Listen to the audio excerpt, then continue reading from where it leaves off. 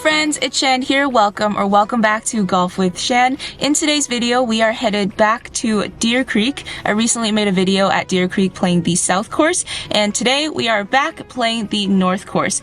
The tee time I booked is starting on the Pearl 9, so the North course actually has 3 different 9-hole courses. We'll be starting on Pearl. There was no reason for it. It was just the time and date that I wanted. We're gonna start on Pearl and then play one other 9. I'm not sure which one yet. We're just making a stop at Starbucks right now, and then we will head over to the golf course and check in. Just pulling into the golf course here. It's a bit rainy today, but the weather app did say it's going to stop. So hopefully after the first couple of holes, the rain will stop and we'll have a nice rest of the round.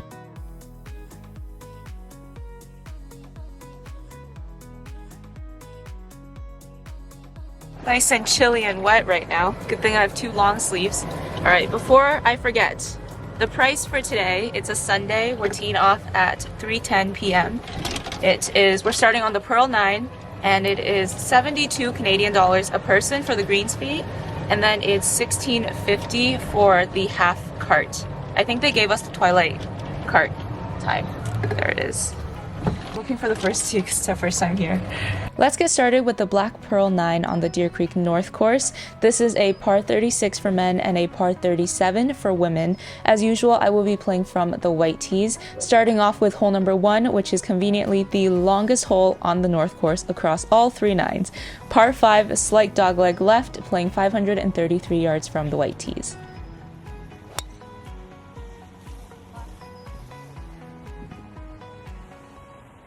You're good. Just right at the cart. I think the rain is stopping. Yay! Right on time. From what I read online, I think the North course is going to be narrower, possibly a little more challenging, whereas the South course had more water. So we'll see. We'll find out in a second. Not really sure where I'm supposed to go, but fairway is over there.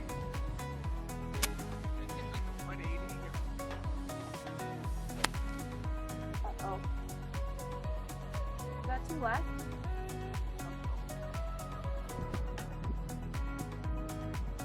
Alright, so this side is all this long stuff. It's red stakes, and I think I probably ended up in here, so I'm gonna drop one just over here.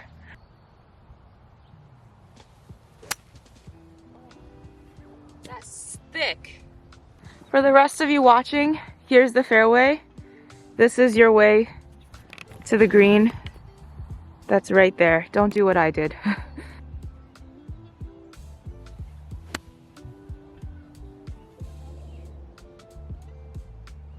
Right.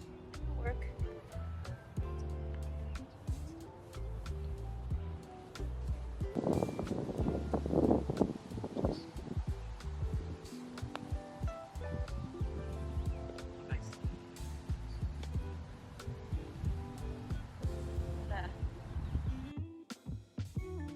Hole number 2 is a straightforward par 4, 324 yards. There is water all around the green, but it's far enough out, it's literally right around the green. So I had enough distance to hit driver.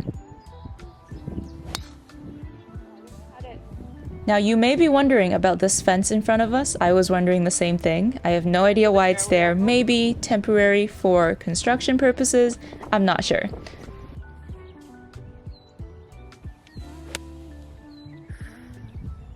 That's good. Nice. In case anyone's wondering, this green is surrounded by water, but there's one pathway that he has found.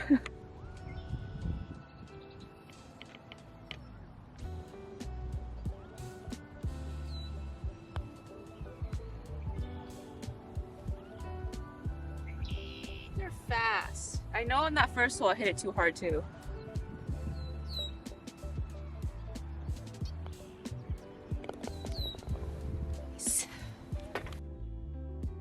Hole number 3 is our second par 5. Par 5's right out of the gate here. 458 yards. This is a big dog-leg left. That said, off the tee, you should go straight ahead. Now I pulled this shot, it had a little bit of a draw tail, and you'll notice on the second shot I do end up in the rough on the left side. So the hole turns to the left, but it's long enough where off the tee I could have gone straight ahead and stayed on the fairway.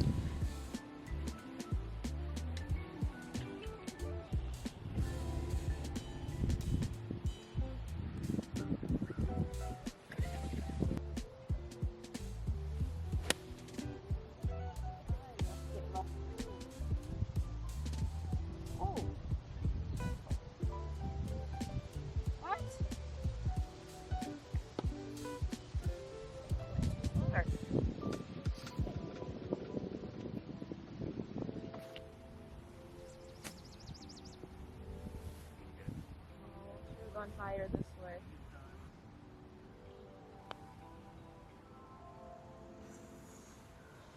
The right read. This must be a new development. Nice looking homes. And you can step right out onto the golf course. By the way, I'm not a real estate agent. I have no affiliation with any of these homes. Hole number 4 is a straight par 4, 310 yards, so it's a pretty short par 4. That said, there is water on the left side, and it comes into play at around 200 yards. I have 5 wood in hand.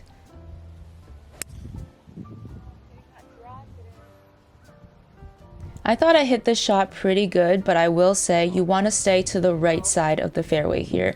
I didn't know because this was my first time on the course, but you'll see here on the left side it's a big downslope, which makes it challenging, and I hit this one right into the water. I got stuck in the rough again.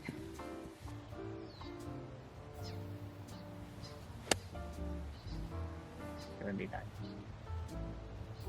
Oh. Not too far.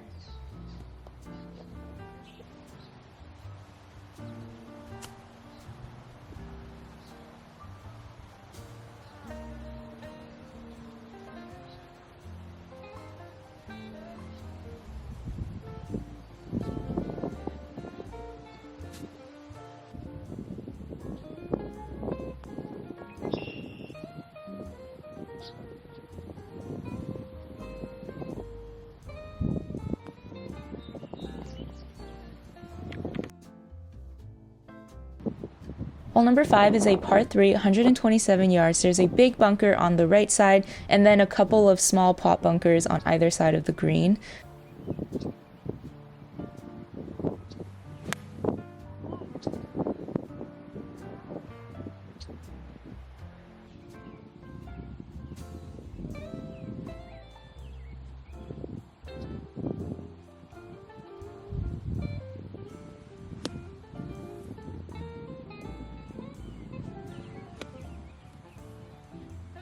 Bit of an awkward stance there, but also earlier in the day it was raining, and so the bunker is super dense and more solid. I honestly don't know how to hit these. Let me know, what's the trick? Do you go down in loft? Do you change your setup, anything different?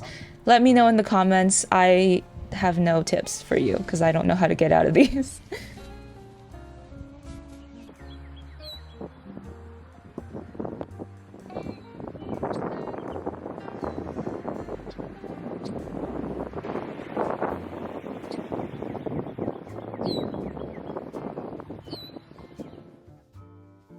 Continuing on with our trend of blind tee shots on this golf course, hole number 6 is a par 4, 424 yards, slight dogleg right. Now this hole is actually a par 5 for the ladies. I hit the shot almost dead straight, and this is the path that you'll want to take. It is a slight dogleg left, but trust me, there's no point in wrapping around the corner. It's a super long hole. For most of us, you're going to have a longer iron or wood into the green, and so definitely off the tee, keep it straight, no need to cut the corner.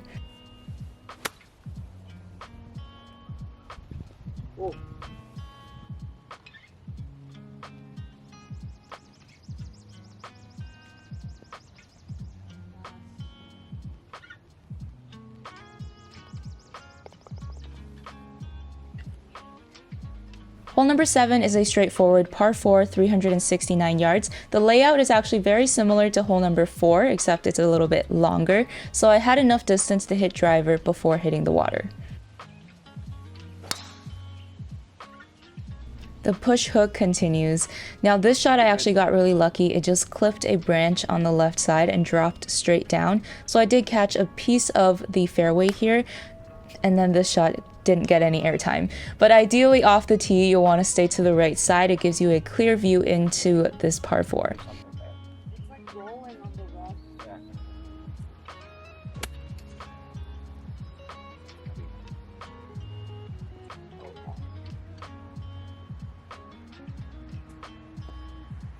Distance control is off today. A couple things I noticed throughout my round. One is the balls tend to roll out a lot after they land on the green, especially for my iron shots. They were rolling out more than I'm used to, and that very well could just be my swing and how I'm coming across the ball. So that could have nothing to do with course. I'm not sure if anyone else has experienced that. The second thing is on the greens, some of the putts break a little more than I anticipated, and you'll see that as a trend throughout the round as well. Hole number 8 is a slight dogleg right, par 4, 351 yards. The trick here is there is a hazard that cuts across the hole, splitting it into 2 halves. Off the tee, I have driver in hand. I had enough distance to hit driver here, but you'll see on my second shot, I was not too far from the water. So I would say if you can hit your driver over 260 yards-ish, I would take a 3-wood or less off the tee, and then you'll stay well clear of this hazard. And again, I pulled my iron shot.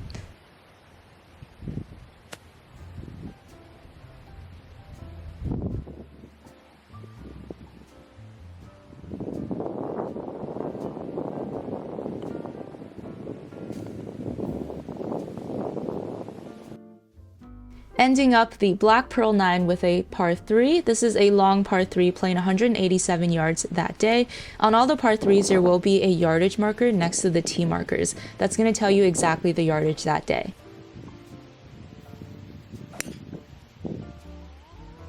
Shot shape of the day. Now there is a big water hazard on the left side that goes all the way up to the green. Around the green there's a big bunker on the left side that I end up in, and a smaller bunker on the right side.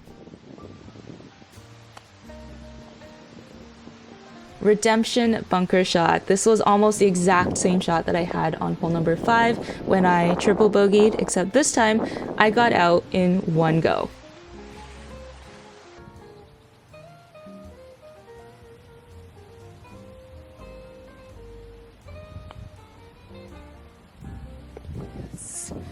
Well, that was rough, pun intended. Just took a little pee break. We're here on the back 9. It's really windy today in the world. We're going to be playing the Ruby 9 as the back 9. So here we are on the first tee, starting off with a par 5 again, and hopefully this 9 will go a little more smooth. Moving on to the back 9, which is the Ruby course for me. This is a par 35 for both men and women. There are 3 par 3s on this 9, which is why it's a par 35. Starting off with, you guessed it, a par 5, straightforward off the tee, and then it turns a bit to the right.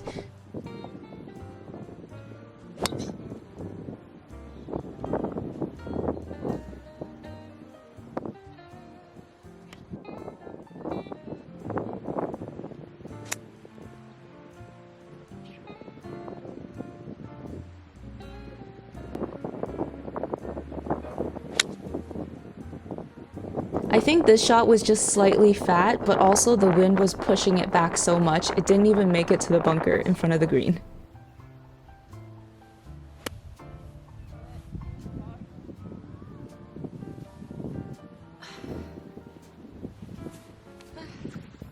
Looking back on this hole, this is the only wide open hole on the Ruby 9. The rest are going to be a lot of narrow undulation changes, blind shots, all of it. I actually really enjoyed the Ruby course, but just know after the first tee, it's all going to get very interesting. Now that I've piqued your attention, right off the bat, hole number 2, par 3, 187 yards. It was playing about 190, slightly downhill, but very narrow. What an interesting par 3. I hit 5-wood on this shot, and it was the perfect shot. I felt so good. The sun is peeking through. Feels so nice. And it's going back into the shade.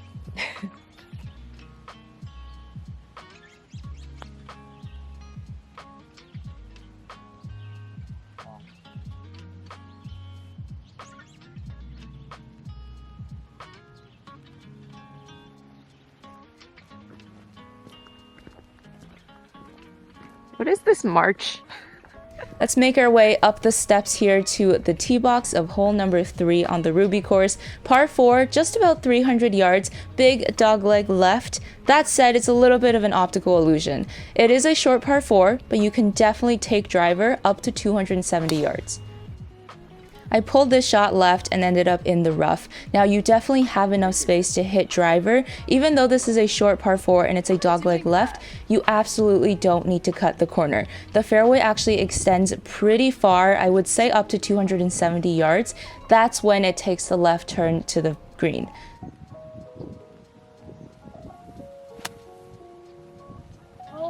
I managed to launch this ball just over the tip of the trees and it landed on the green. I was so happy with it. By the way, I was there just behind the bunker. Here is the normal person view of the golf course. So if you want to come this way to the fairway, then this is going to be your view into this par 4.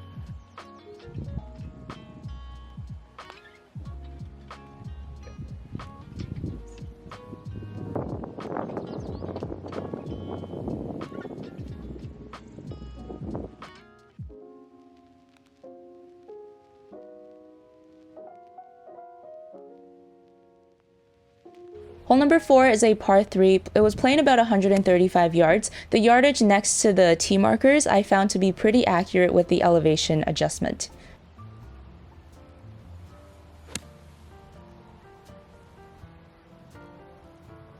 Definitely the swing was short. Short, yeah.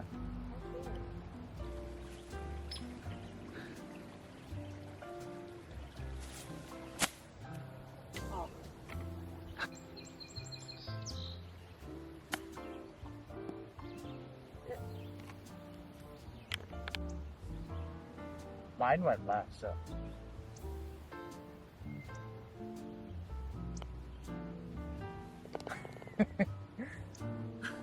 It definitely goes right.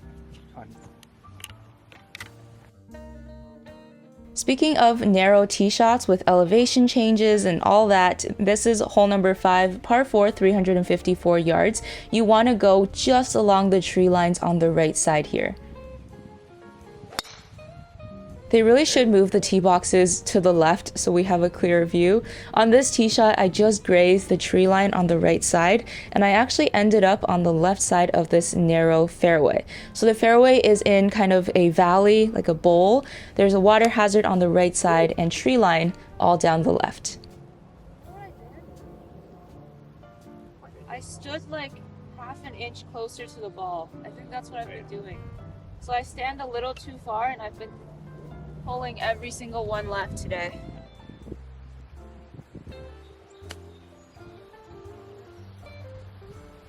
Apologies for the blur here. There's actually no one behind the camera. The lens just was struggling. Also, one thing I noticed for a lot of these downhill breaking putts, they are quite fast on this golf course, which is a good thing for their green quality, but also I tend to underread these side sloping putts. Hole number 6 is a par 4 playing 350 yards. This is a big dogleg left, and you have about 200 yards to the turn.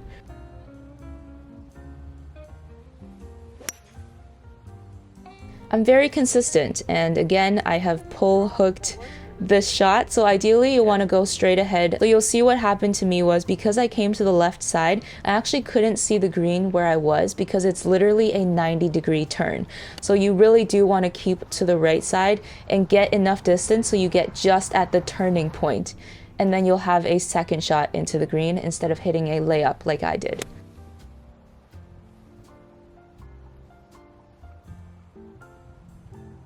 It's the left thing, I think.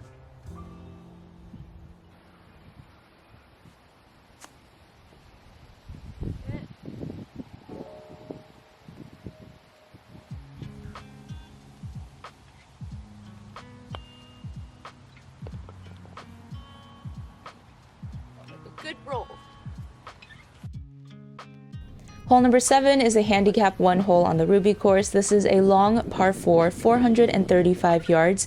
Off the tee, you can't see anything, but you'll want to go just through the right corner of that bunker that you can barely see in front of us.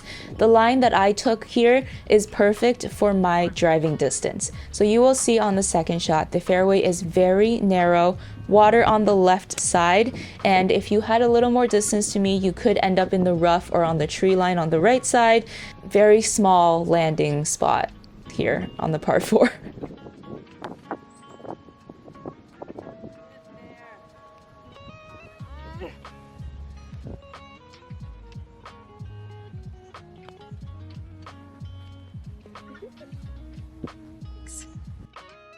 Hole number 8, par 5, water down the left side. The fairway does slope to the left, which is very convenient. And with that said, you'll want to aim up the right side of the fairway.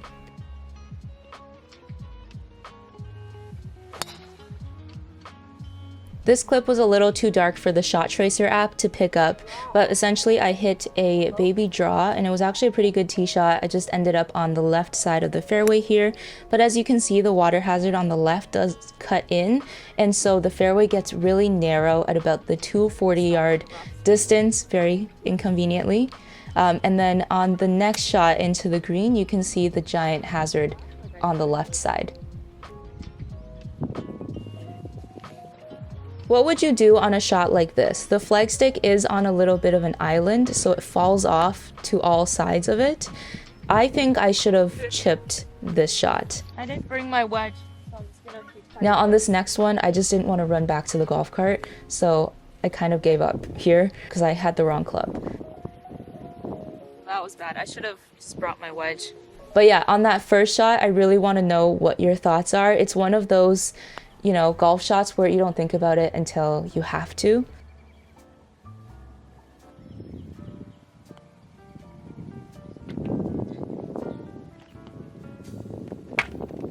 And last but certainly not least, we have a par 3, 175 yards, over water almost the entire way. This is such a beautiful hole, especially with the sunset and the shadows. No surprise here, my miss of the day.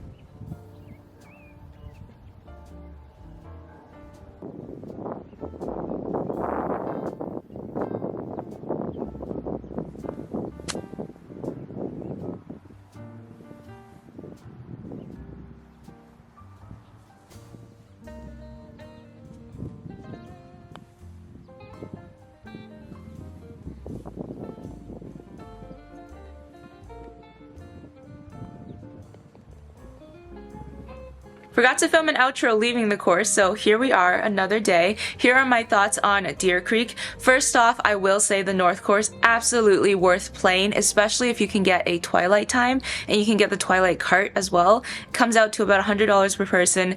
Definitely recommend. It's a great golf course. That said, it is quite challenging, especially if it's your first time there. So normally I would say 90 is probably not a good round for me, but I didn't play that badly. I had a few shots that went left, like a lot of consistently pulled shots, and then obviously there was that bunker mishap. It was just a lot of shots adding up, but overall I think I hit a few good shots and I'm not mad about it. Let's talk about the golf course. My boyfriend has an app that tells him like an overlay bird's eye view of the golf course layout, and then on the app you can see like how far away things are and how far you have to the end of the fairway. Because he did have that app, it was really helpful as we navigated the golf course.